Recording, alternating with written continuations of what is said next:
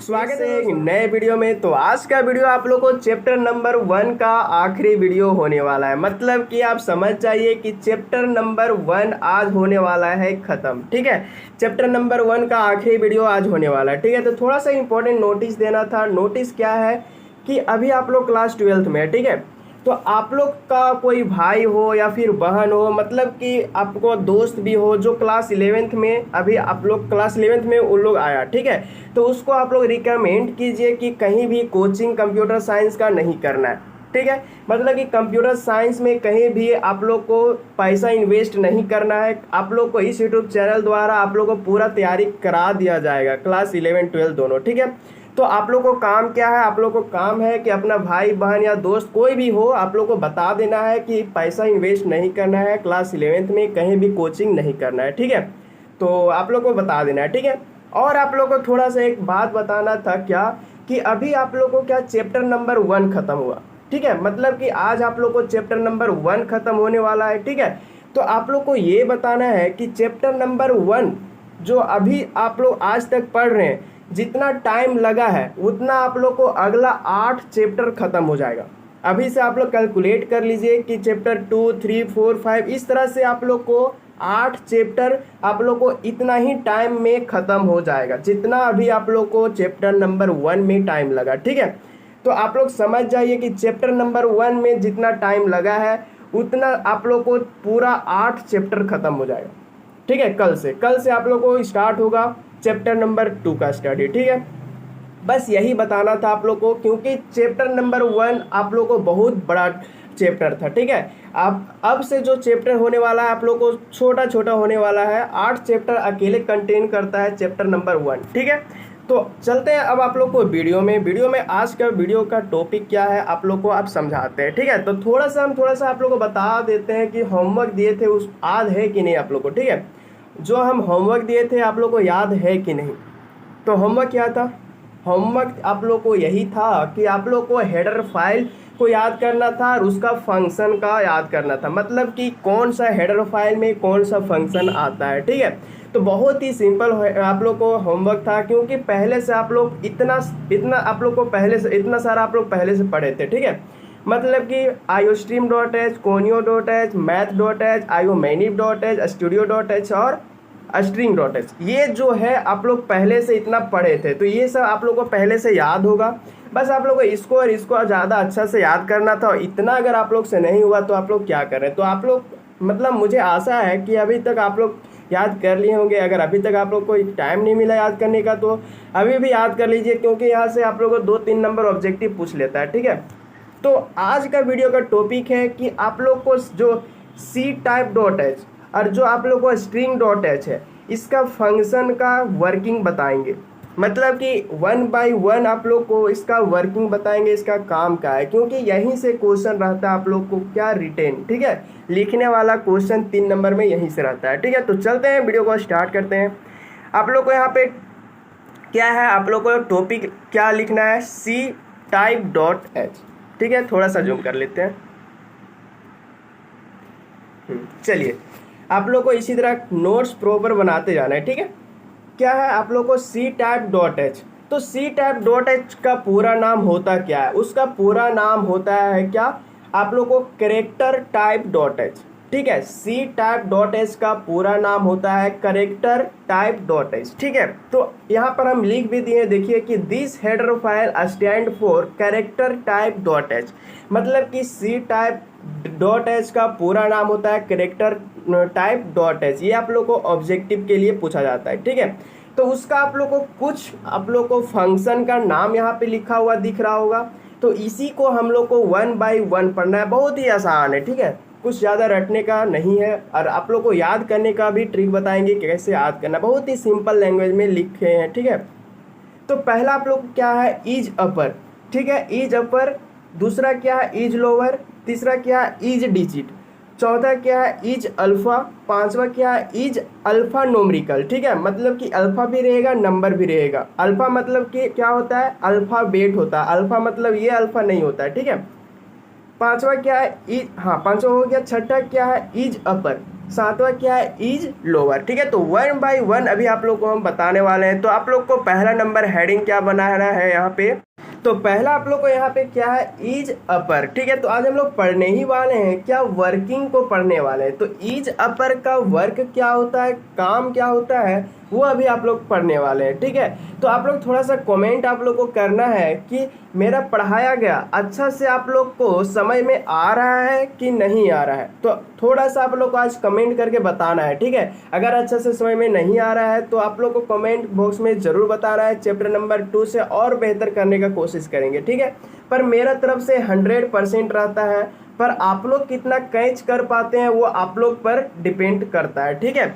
वो आप लोग पर डिपेंड करता है कि आप लोग कितना कैच करते हैं मेरा बातों को और कितना ध्यान से आप लोग पढ़ते हैं। ठीक है, तो आज आप लोग को कमेंट करना है कि मेरा पढ़ाया गया अच्छा लगता है आप लोग को कि नहीं। ठीक है, चलिए पहला क्या है, इज अपर।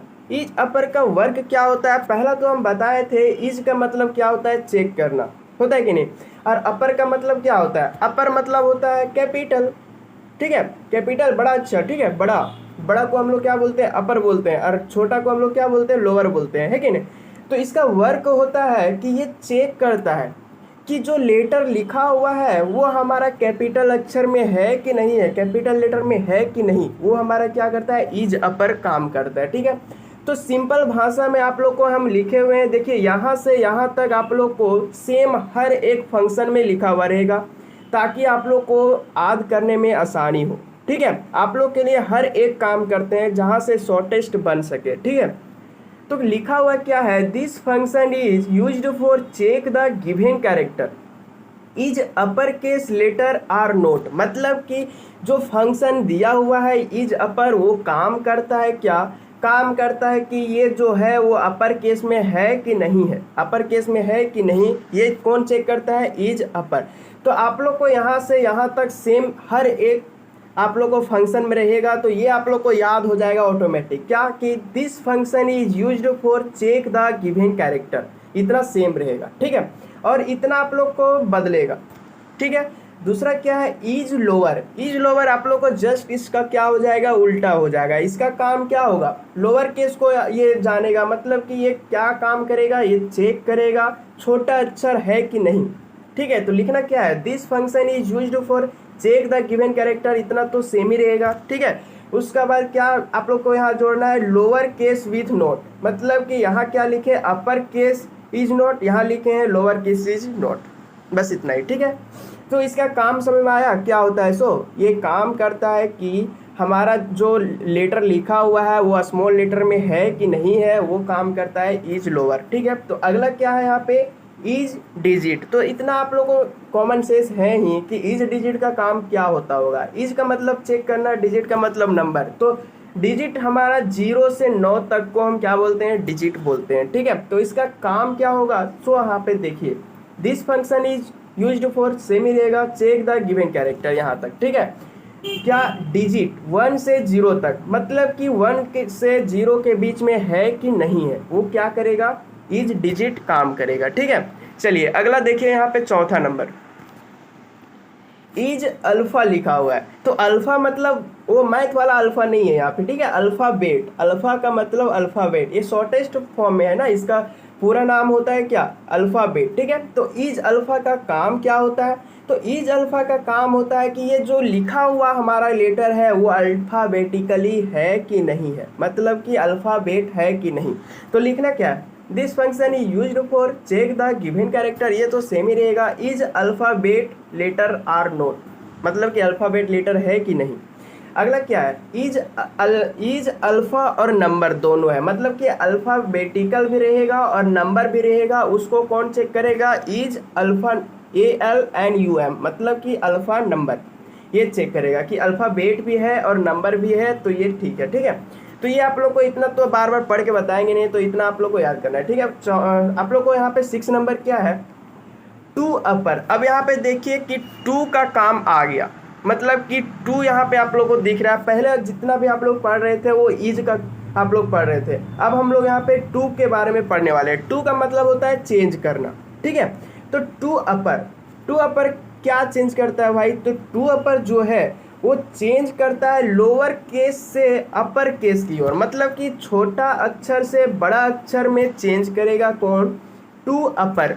ठीक है, टू अपर का काम क्या होता है, ये छोटा अक्षर से क्या करेगा, बड़ा अक्षर में चेंज करेगा टू अपर, और टू लोअर क्या करेगा, छोटा अक्षर से बड़ा अक्षर में बड़ा अक्षर से छोटा अक्षर में चेंज करेगा, उल्टा, जस्ट उल्टा। ठीक है, इसका जस्ट उल्टा ये है, समझ में आ गया। हाँ, टू अपर करेगा छोटा से बड़ा और टू लोअर करेगा बड़ा से छोटा। तो लिखना कैसे है, this function is used for change the lower case letter into upper case letter.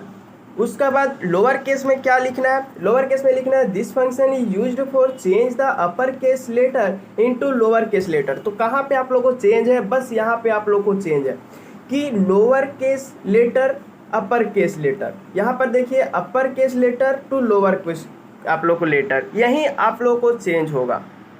बहुत ही सिंपल भाषा में आप लोगों को समझाएं और बहुत ही सटीक नोट्स आप लोगों को बनवाएं, एक भी नंबर नहीं कटेगा, इतना आप लोगों को लिख देना है, एक भी नंबर कहीं से भी नहीं कटने वाला है। ठीक है, चलिए अब दूसरा हेडर फाइल क्या है, string.h, याद है कि नहीं, string.h। ठीक है, तो इसमें कौन कौन सा फंक्शन आता था string.h में, पहला आता था strlen, तो इसका नाम क्या होता था पूरा, स्ट्रिंग लेंथ। क्या होता था, स्ट्रिंग लेंथ। देखिए यहाँ पर देखिए str का मतलब होता है स्ट्रिंग, len का मतलब होता है लेंथ, तो इसका पूरा नाम क्या है, स्ट्रिंग लेंथ है। ठीक है, दूसरा नंबर क्या है, स्ट्रिंग अपर, मतलब कि strupr, इसका मतलब होता है स्ट्रिंग अपर, समझ में आ गया। तीसरा क्या है, स्ट्रिंग लोअर। चौथा क्या है, स्ट्रिंग रिवर्स, मतलब कि rev। पांचवा क्या है, स्ट्रिंग कंपेयर, मतलब cmp। छठा क्या है, स्ट्रिंग कॉपी, मतलब cpy। ठीक है, और आप लोग को लास्ट सातवां क्या है, स्ट्रिंग कनकेटिनेट। बहुत ही आप लोग को ये थोड़ा सा याद करने वाला चीज़ है, यहाँ पे कैट लिखा हुआ है। ठीक है, CAT, कैट मतलब बिल्ली नहीं होता है। ठीक है, इसका मतलब होता है कनकेटिनेट। अभी आप लोग को एक एक करके पढ़ाएंगे, टेंशन नहीं लेना। तो पहला क्या लिखना है, strlen, मतलब कि स्ट्रिंग लेंथ, इसका पूरा नाम स्ट्रिंग लेंथ होता है। तो लिखना कैसे है वो अभी आप लोग को बताते हैं। ठीक है, तो this function stand for string length, it is used for count the length of string, मतलब कि ये काम क्या करता है, ये काम करता है कि लेंथ को काउंटिंग करना, लेंथ कितना बड़ा है उसको दर्शाना। ठीक है, तो थोड़ा हम फास्टली हो जाते हैं। ठीक है, तो हम वीडियो बनाते हैं रेगुलरली, जो हम शुरू से बनाते हैं वो लास्ट तक बनाते हैं। ठीक है, कहीं भी कट नहीं होता है, थोड़ा सा मेरा भी दर्द देने लगा है। ठीक है, चलिए दूसरा क्या है, strupr, मतलब कि स्ट्रिंग अपर, स्ट्रिंग अपर। ठीक है, तो this function stand for string upper, it is used for convert the lower text to upper text. इसका काम क्या होता है, कन्वर्ट करता है लोअर टेक्स्ट से अपर टेक्स्ट में। कौन, strupr, स्ट्रिंग अपर। ठीक है, तीसरा नंबर देखिए, अब थोड़ा सा हम फास्टली हो रहे हैं तो आप लोग को भी एक्टिव रहना है। ठीक है, तीसरा क्या है, strlwr, इसका मतलब तो आप लोग को समझ में आ गया होगा, स्ट्रिंग लोअर। ठीक है, तो लिखना कैसे है, this function stand for string lower, it is used for convert the upper text to lower case. इसका काम क्या होता है, कन्वर्ट करना अपर टेक्स्ट से लोअर टेक्स्ट, और इसका क्या होता था, लोअर टेक्स्ट से अपर टेक्स्ट, जस्ट उल्टा। तो आप लोग को थोड़ा सा हम याद करने का ट्रिक बता देते हैं। ठीक है, अपर यहाँ पे लिखा हुआ है तो समझ जाइए कि ये चेंज करेगा कहाँ पे, अपर में, और लोअर जहाँ पर लिखा हुआ रहेगा तो समझ जाना है कि ये चेंज करता है कहाँ पे, लोअर पे। ठीक है, ये बोलता है कि हम चेंज करेंगे लोअर से अपर, और ये बोलता है कि हम चेंज करेंगे अपर से लोअर, तो जस्ट उल्टा आप लोगों को है। यहाँ पे बोला है अपर तो समझ जाना है कि ये चेंज करेगा अपर में, यहाँ पे बोला है लोअर तो समझ जाइए कि यहाँ पे चेंज करेगा लोअर में। ठीक है, कितना सिंपल ट्रिक आप लोग बताते हैं, फिर भी नहीं पढ़िएगा तो क्या करूँ मैं। ठीक है, अगला क्या यहाँ पे, strrev, तो इसका पूरा नाम क्या होता है, स्ट्रिंग रिवर्स, स्ट्रिंग रिवर्स। तो रिवर्स का मतलब क्या होता है, रिवर्स का मतलब उल्टा होता है। जैसे कि आप लोग को एक नाम बताइए कि ऐसा मतलब कि सेंटेंस हो जो आगे से पढ़ने से और पीछे से पढ़ने से आप लोग को सेम ही वर्ड लगे। ठीक है, ऐसा नाम आप लोग बताइए, जल्दी सोचिए। जैसे कि नितिन, NITIN, नितिन, नितिन को इधर से भी पढ़िए तो सेम ही लगेगा, इधर से भी पढ़िए तो सेम ही लगेगा। ठीक है, तो इसी को हम बोलते हैं रिवर्स, स्ट्रिंग रिवर्स। ठीक है, तो लिखना कैसे है, this function is stand for string reverse, it is used for reverse the string. बस हो गया, क्या करता है, स्ट्रिंग को रिवर्स करता है। ठीक है, अगला क्या पे, स्ट्रिंग कंपेयर, CMP का मतलब कंप्यूटर नहीं, ठीक है, कंपेयर होता है। ठीक है, स्ट्रिंग कंपेयर, इसको क्या लिखना है, this function is stand for string compare, it is used for compare the string. क्या करता है, दूसरे में तुलना करता है, कंपेयर करता है। ठीक है, तो इतना आसान आसान आप लोग को यहाँ पे लिखा हुआ है, तो ये आप लोग को याद हो जाना चाहिए। ठीक है, बस आप लोग को दो बचा है क्या, STRCPY, तो इसका मतलब क्या होता है, आप लोग पूरा नाम बता दीजिए एक बार। स्ट्रिंग कॉपी होता है। ठीक है, ये काम इसका क्या होता है, कॉपी करना होता होगा, अभी तो आप लोग को पहले से मालूम होगा। तो लिखेंगे कैसे, this function is stand for string copy, it is used for copy the string. क्या करेगा, स्ट्रिंग को कॉपी करेगा, मतलब कि कॉपी करने का काम करेगा। ठीक है, अगला क्या है, STRCAT मतलब कैट नहीं, ठीक है, बिल्ली वाला कैट नहीं, कनकेटिनेट। ये आप लोग को याद रखना, ऑब्जेक्टिव में सीधे पूछ सकता है। ठीक है, कि कैट का पूरा नाम क्या होता है, तो आप लोग बिल्ली लिख के आ जाइएगा। ठीक है, कैट का पूरा नाम होता है कनकेटिनेट। ठीक है, तो लिखना कैसे है, this function is stand for string concatenate, it is used for combine the multiple text. इसका काम क्या होता है कि अलग अलग टेक्स्ट को एक में कंबाइन करना, मतलब कि एक में जोड़ना। इसका क्या काम होता है, एक में जोड़ना। ठीक है, कनकेटिनेट, हाँ कनकेटिनेट। ठीक है, स्ट्रिंग कैट, इसका काम यही होता है। ठीक है, तो ये जितना भी आप लोग को हम दो हेडर फाइल का फंक्शन पढ़ाएं, वो पूरा क्लियर है कि नहीं, एक बार कमेंट बॉक्स में जरूर बताइएगा। ठीक है, तो अब चलते हैं आप लोग को इस वीडियो का, इस चैप्टर का लास्ट आप लोग को जो होता है वही क्या, सम इम्पोर्टेंट क्वेश्चन, जो आप लोग को होमवर्क बना करके आप लोग को इंस्टाग्राम में भेजना होता है। ठीक है, तो पहला नंबर क्वेश्चन का आंसर हम खुद बताएंगे। ठीक है, और आप लोग को उसके बाद आप लोग को बताना है। ठीक है, तो पहला नंबर क्या है, विच ऑपरेटर हैज हाईएस्ट, यहाँ पे क्या लिखा हुआ है, परसेंटेज इन द प्रेसिडेंस। ठीक है, एंड लोएस्ट प्रेसिडेंस। जो प्रेसिडेंस का मतलब होता है रैंकिंग, जो रैंकिंग चलता है ना, उसी को हम बोलते हैं प्रेसिडेंस। ठीक है, तो ये टॉपिक अभी आप लोग को हम बताएंगे। ठीक है, और लोएस्ट प्रेसिडेंस, और जो ऑपरेटर है इसको हम बोलते हैं क्या, सिंबल। समझ आ गया, प्रेसिडेंस हम बोलते हैं रैंकिंग को, और ऑपरेटर बोलते हैं सिंबल को। समझ आ गया, तो यहाँ पे लिखना क्या है कि द पोस्ट फिक्स जो इंक्रीमेंट डिक्रीमेंट आप लोग को याद है ना, देखिए इसको हम क्या बोलेंगे, पोस्ट फिक्स बोलेंगे। ए प्लस प्लस इधर वाला रहेगा तो पोस्ट फिक्स बोलेंगे, और इधर वाला रहेगा तो क्या बोलेंगे, इधर वाला रहेगा तो प्री फिक्स बोलते हैं। ठीक है, तो इसको हम लिखेंगे कैसे कि द पोस्ट फिक्स, यहाँ पे देखिए सिंबल लिख दिए हैं, operator is the highest precedence. इसका हाईएस्ट प्रेसिडेंस कौन होगा, पोस्ट फिक्स होगा। तो ये ऐसा भी क्वेश्चन आप लोग को आता है, इसीलिए आप लोग को हम बता दिए हैं। ठीक है, और लोएस्ट प्रेसिडेंस कौन होता है, ऑपरेटर्स होता है। ऑपरेटर जो होता है लोएस्ट प्रेसिडेंस होता है। ठीक है, अब आप लोग को यहाँ पे दूसरा नंबर क्वेश्चन से आप लोग को यहाँ पे बताना है। ठीक है, और इंस्टाग्राम में जरूर भेजना आप लोग को आंसर लिख करके।